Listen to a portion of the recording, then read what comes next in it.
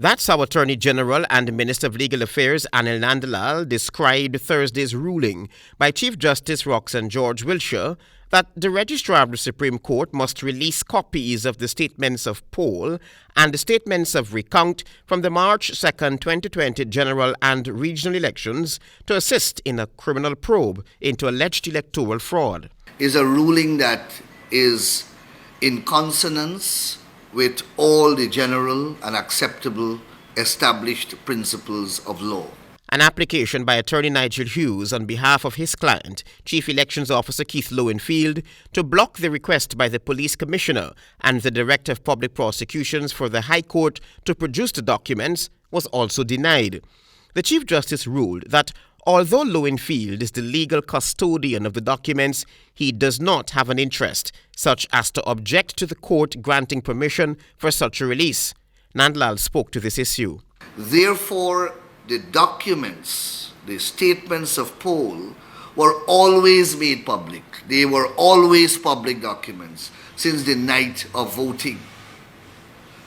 The refusal, therefore, by the Elections Commission, and in particular the Chief Elections Officer, to disclose those documents to the media, to the political parties, to the stakeholders, and to the public was a decision that was perverted and wrong.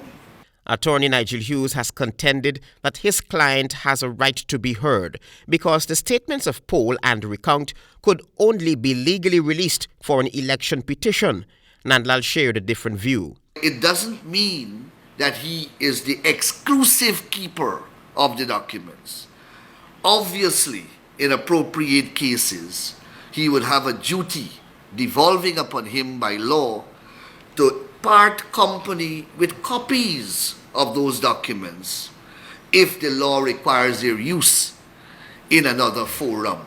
The Supreme Court Registrar has within 10 days within which to photocopy and certify the statements of poll and the statements of recount as true copies before turning them over to the police and the DPP.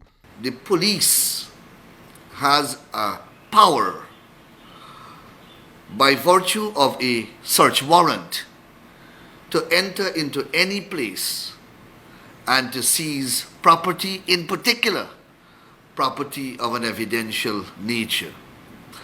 So we could have gone, or the police could have gone that route.